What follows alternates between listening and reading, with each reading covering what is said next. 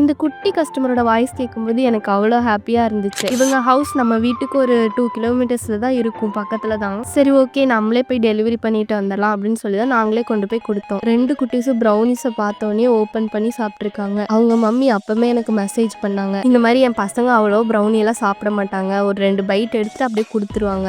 But இந்த brownies வந்து அவங்க ரொம்ப விரும்பி சாப்பிட்டாங்க.